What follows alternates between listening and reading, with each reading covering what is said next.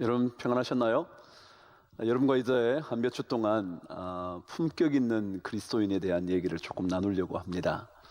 특별히 첫 번 세 주간 정도는 말에 대한 얘기를 여러분과 나누어 보려고 합니다.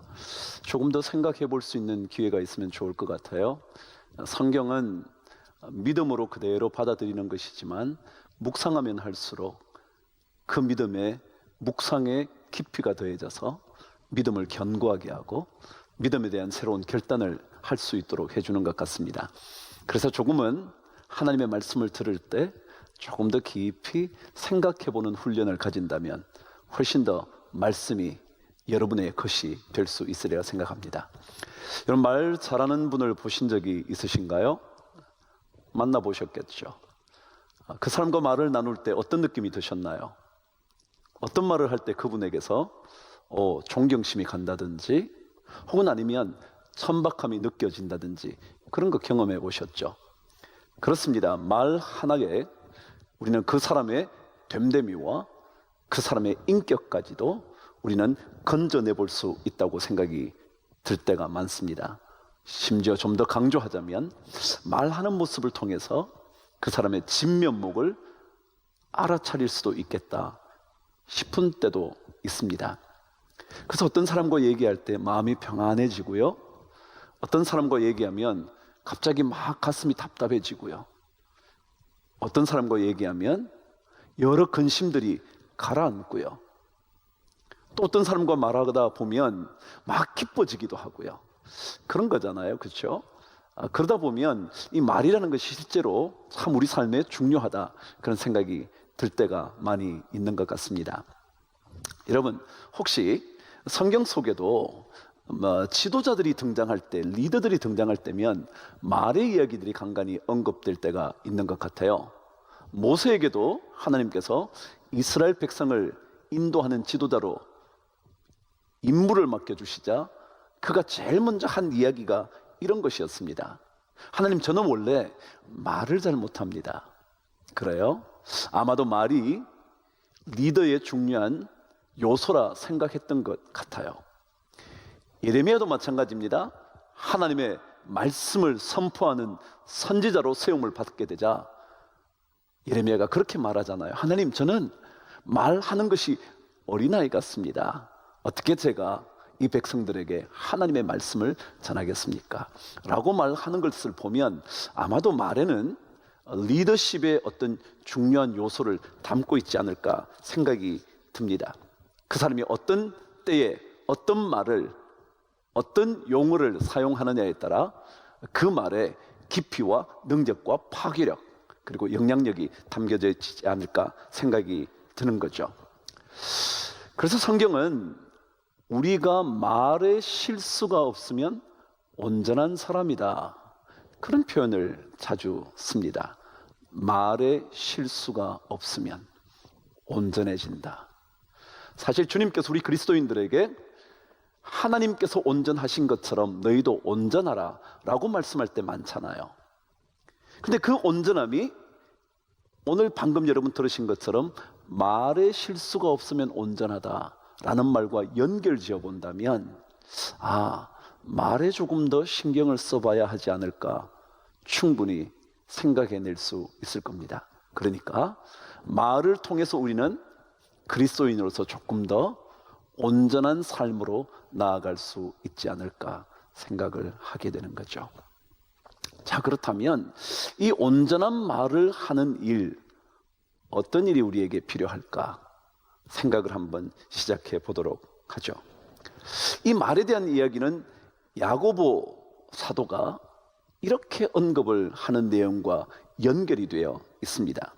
제가 한번 말씀 하나 읽어볼게요. 야고보서에 보니까 내 형제들아, 너희는 선생된 우리가 더 큰 심판을 받을 줄 알고 선생이 많이 되지 말라. 그래요? 이것이 말과 연결되어 있었습니다. 무슨 얘기였을까요? 그럼 선생이 어떤 사람입니까? 계속 가르치느라고 말하는 사람이죠. 그런데 말을 많이 하게 되는 이 선생에게 오히려 실수가 많이 드러날 수 있다. 그래서 온전함이 사라질 수 있다라고 말하는 것 같습니다. 말을 많이 할수록 실수할 가능성이 많고요, 말을 많이 할수록 오히려 그것이 상처를 가져올 수도 있을 거란 말이죠. 사실 위로하는 말에도 너무 많은 말은 위로를 전해주기가 부족해지는 경우가 있더라고요. 오히려 위로할 때는 비록 말수는 적지만 그와 함께 같이 있어준다는 어떤 느낌이 말 속에 담겨져 있어야지 많은 말을 한다고 위로가 되는 것만은 아닌 것 같잖아요. 그렇게 보면 선생 되지 말라는 그 말씀은 결국 우리가 말을 조금 줄이는 것이 좋지 않겠나, 그런 의미인 듯 합니다. 말수를 조금 줄이는 거요, 그러니까 조금 더 침묵해 보는 거예요. 오히려 말을 하는 일에 듣는 일이 더 소중하게 느껴지는 그런 일 말이죠. 그 사람과 대화를 하는데, 말을 해야 하는데, 그럴 필요가 있는 자리인데 오히려 조금 더 귀를 열어주는 거예요. 이것도 어쩌면 말을 잘 하는 의미일는지 모르겠습니다. 가정에서도 너무 자녀들에게 말을 많이 하면 다툼이 될 때가 있더라고요. 우리는 지혜가 부족해서 충고를 해준다는 순간에 오히려 상처를 주어버리는 경우가 많은 거죠. 말하자면 말이 많아서 문제가 되어버린 것입니다. 만일 우리가 말을 많이 한다면, 사실은 그것이 삶으로 드러난다면 어쩌면 조금은 문제를 덜 일으킬 수 있을 거예요. 근데 우리가 말을 많이 하게 되면 아무래도 그 말한 것만큼 따라가지 못할 가능성이, 삶이 뒷받침되어 주지 못할 가능성이 훨씬 많을 거예요. 그렇게 본다면 말을 조금은 적게 하는 침묵의 훈련이 어쩌면 말을 잘하는 그런 일에 포함되리라 생각합니다. 자, 그러면 말을 조금 잘 하려면 말을 좀 잘한다는 것, 말에 좀 실수가 없다는 것, 말에 좀 온전함이 묻어난다는 것은 어떤 의미가 될까? 오늘 다른 성경을 제가 한번 읽어볼게요. 우리가 말들의 입에 재갈 물리는 것은 우리에게 순종하게 하려고 그 온몸을 제어하는 것이라 그랬습니다. 말이요, 달리는 말이요. 우리 하는 말이 아니고요, 달리는 말이요. 근데 그 말에 재갈을 물린다 그랬습니다. 재갈을 물리는 이유는 그 온몸을 제어하기 위하여 재갈을 물린다 그랬습니다. 우리 말에다가, 우리 언어에다가 이것을 한번 적용해 보도록 하죠. 이 재갈이라는 것은 원래 말의 입속에 넣어두는 쇳조각이거든요. 이 쇳조각을 넣어둠으로 인하여 그 쇳조각이 들어가 있는 입에 연결된 줄을 당기면 입속에 고통이 전해짐으로 말미암아 말이 함부로 날뛰지 못하게 되는 거죠. 우리 입술도 마찬가지일 거예요. 함부로 말하지 못하도록 그 입속에 재갈을 넣어 두었다는 느낌을 가지고 있다면, 혹시 내가 말을 막 하다가 한 번씩 나 스스로 줄을 한번 당겨서 재갈이 입안에서 움직여 고통을 주게 한다면 어쩌면 우리는 훨씬 더 말을 주의할 수 있지 않을까 싶어요. 자, 그런데 이 재갈을 물린다는 의미 몇 가지가 있습니다. 재갈을 물린다는 것은 내 말이 함부로 나오지 않도록 제어한다는 의미가 있습니다.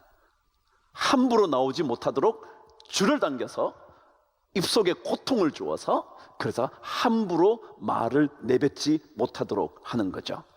말을 채로 잘 걸러서, 그래서 정말 고운 가루만 떨어지도록 만들어 주는 거죠. 말을 잘하려면 고운 채로 걸러야 합니다. 그래서 거친 것들은 남겨두고요, 조금 더 부드러운 것들은 밑으로 빠질 수 있도록 말이죠. 그래서 그렇게 한다면 조금은 우리 삶의 말을 통하여 어떠한 변화와 영향력을 몰고 올 수 있을 겁니다. 근데 이제 말을 채로 잘 걸러낼 때 몇 가지 중요하게 인식해야 될 필요가 있습니다. 흔히들 말에 대한 얘기를 할 때면 늘 이런 얘기들을 들려주곤 하죠. 첫 번째, 자, 이것이 진짜 가장 적절한 때인가? 라는 때의 문제입니다. 그러니까 때라는 시기라는 채로 한번 말을 걸러보는 거죠. 그래요, 참 좋은 말이에요. 참 필요한 말일지도 몰라요. 근데 정말 그 말이 지금 이때 꼭 있어야 하는 말일까? 필요하다 하더라도 지금 이때에 필요할 것인가라는 때의 문제, 시기의 문제가 참 중요하단 말이죠. 그래서 잠언 말씀에 의하면 때에 맞는 말이 얼마나 아름다운가, 그 말씀을 기록해 두고 있죠. 때에 맞는 말, 시기적절하고 시의적절한 그런 말이요. 가장 적절한 순간에 그 말이 나오면 수많은 말을 많이 내뱉지 않아도 그 순간의 한마디가 모든 문제에 얽힌 것들을 풀어버리고 끊어버릴 수 있는 능력이 있는 거죠. 그러니까 조금 때라는 시기라는 채를 한번 사용해 보시면 우리의 말을 잘 정돈해 볼 수 있을 것 같습니다. 두 번째, 어떤 채로 말을 걸러봐야 되냐 하면 이것이 진실한가? 늘 우리 묻곤 하잖아요. Is it true? 진짜냐고요. 왜냐하면 하도 루머가 많잖아요. 거짓 담긴 비난이 많잖아요. 사실이 아닌데 진짜인 것처럼 둔갑된 말이 참 많잖아요. 그래서 그때 진짜 이 말이 진짜인가? 라는 거 말이죠. 그래서 진실된 말을 우리가 할 수 있어야 우리의 말이 참 아름다운 말 될 거다, 그런 거예요. 그래서 성경은 말하죠. 그런즉 거짓을 버리고 각각 그 이웃과 더불어 참된 것을 말하라. 참된 것을 말하라. 진위의 여부를 따지지도 않은 채 들은 얘기를 가지고 막 얘기를 펼쳐내는 사람 많죠. 그리고 흥분하죠. 확인해 보지도 않고 그 말에 부화뇌동하죠. 그런 것보다 진짜 그 말이 진실인지 아닌지 확인해 보는 그 작업, 그게 참 필요할 것 같습니다. 세 번째요, 과연 그 말이 유익한가? 라는 거예요. 유익하냔 말이죠. 아무리 좋은 이야기라도 유익을 가져오지 못하면 침묵이 100번 낫죠. 말을 꺼냈다가 그것이 옳은 이야기였는데도 불구하고, 정의롭고 공의로운 이야기이었음에도 불구하고 그것이 유익이 되지 않을 때가 참 많은 거죠. 그래서 사도 바울은 늘 모든 것이 가하나 모든 것이 유익한 것은 아니다 라고 늘 우리들에게 주의를 기울이게 하죠. 모든 것이 가하다 할지라도 유익하거나 덕을 세우는 것만은 아니라는 거죠. 공동체 안에서, 가정에서 유익한 이야기를 꺼내면 좋은데 충고랍시고 아니면 조언이라고 말하면서, 혹은 도움되는 말이라고 말하면서 오히려 유해한 이야기를 들려줄지도 모른다는 거죠. 그래서 오히려 말을 할 때마다 이것이 정말 유익한가? 마지막 한 가지 중요한 채 놓치지 말아야 합니다. 이 모든 이야기들이 다 잘 걸러졌다 할지라도, 그래서 이제 드디어 말할 것이 생겼다 할지라도 이 마지막 채를 걸러지 않으면 그 말은 실패할 가능성이 많다는 거예요. 그게 뭐냐면 잠언 15장 1절에 이런 말씀입니다. 유순한 대답은 분노를 쉬게 하여도 과격한 말은 노를 격동하느니라. 아무리 그것이 때에 적절한지, 아무리 그것이 진실한지, 아무리 그것이 유익한지 다 확인되었다 할지라도 유순한 언어로 표현되지 않으면, 요즘 말로 부드러운 말로 얘기되지 않으면 그 모든 것들이 허물어져 버리고 만다는 거예요. 모든 말을 할 때 유익하다고 할지라도 그것을 부드러운 말로 해야 한다는 거죠. 그 말은, 모든 사람에게 말이라는 것은 어느 순간 어떻게 그 사람을 찌르게 될지 모르거든요. 칼릴 지브란이라는 영성의 대가가 예언자라는 책에서 이런 얘기를 했습니다.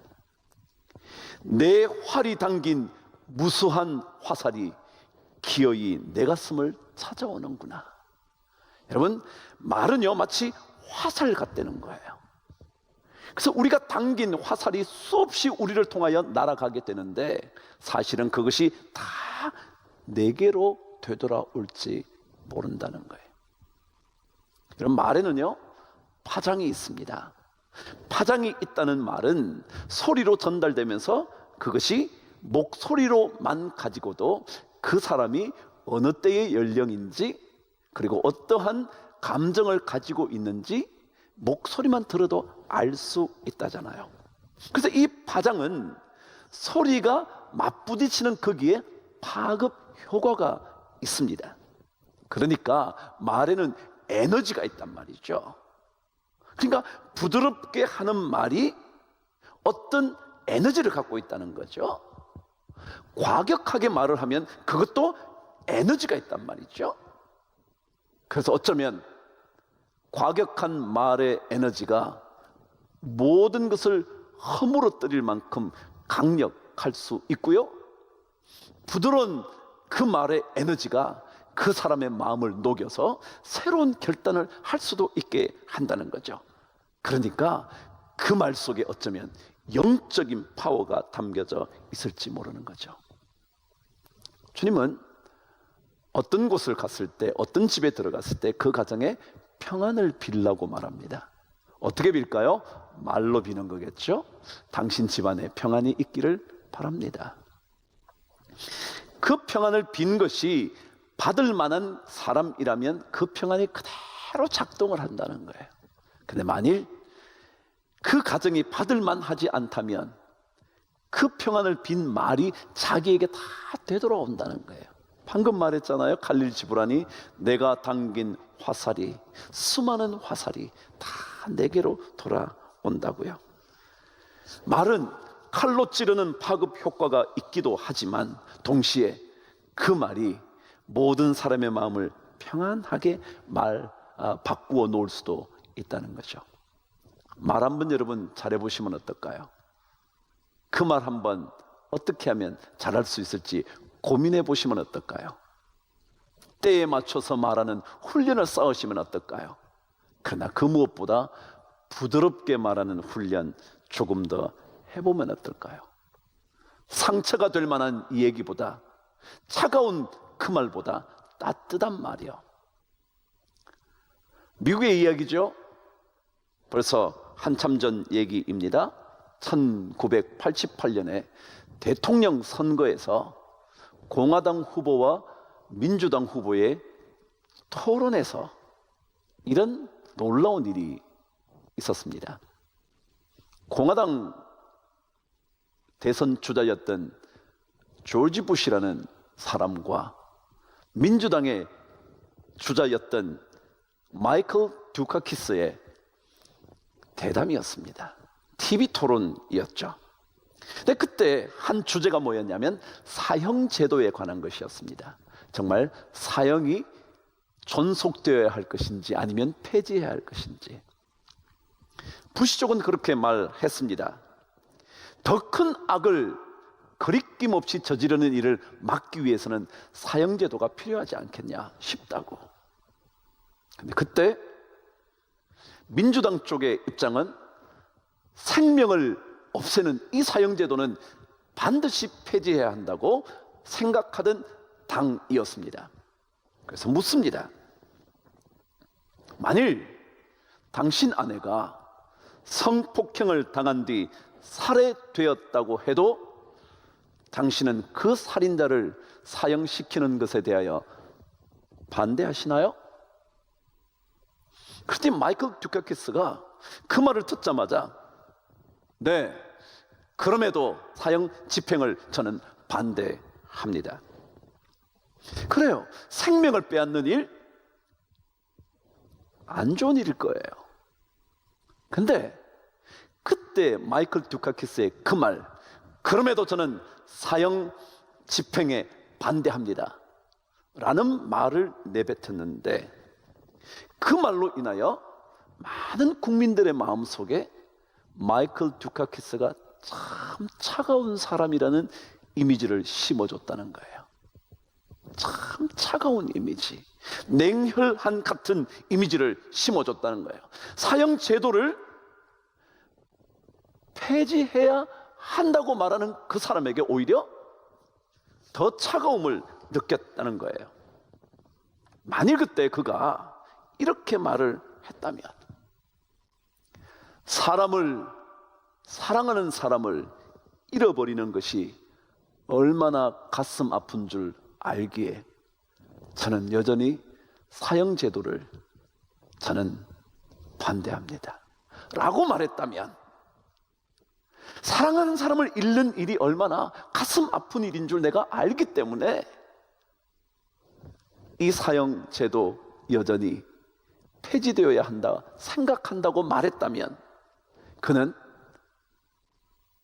많은 사람들의 마음을 얻을 수 있었을 것이라고 평가했습니다. 그래요. 따뜻한 말, 따뜻한 언어, 그리고 부드러운 태도로 말하는 것, 그것이 한 사람의 영혼을 완전히 바꿔놓을 수가 있습니다. 입을 지키면 생명을 보존합니다. 재갈을 물리시면 우리의 생명이 아름답게 보존됩니다. 더더욱이 정말 따뜻한 말로 그 사람의 마음을 완전히 녹여줄 수 있다면 그것은 최고의 은혜의 사건이 될 겁니다. 여러분, 이것 하나만으로도 우리는 좋은 그리스도인답게 살아갈 수가 있을 겁니다. 한번 말하는 일 훈련 쌓아 보시죠. 스스로 재갈을 물릴 수 없기에 우리는 성령의 도우심을 받아야 합니다. 마치 달리는 말이 자기 입에 재갈을 못 물리듯이 우리 인간도 우리 스스로 입에 재갈 물리기가 참 어렵습니다. 성령의 도우심을 받으십시오. 기도하십시오. 기도하면서 내 입에 하나님 주의 은혜의 말을 담아 주옵소서.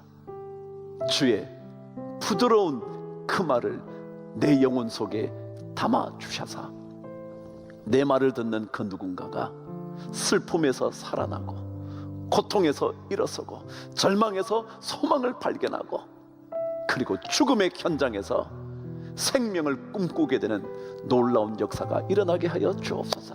여러분, 그런 기도하면서 성령의 도우심을 받아 여러분의 말과 입술이 거룩해지기를, 그리고 그것이 사람을 살리는 생명선이 되기를 주님의 이름으로 축복합니다. 다음 주에도 이 말을 계속 한번 곱씹어 볼 수 있는 몇 주간 되기를 바랍니다. 그럼 다음 주에 또 뵙겠습니다. 평안하십시오.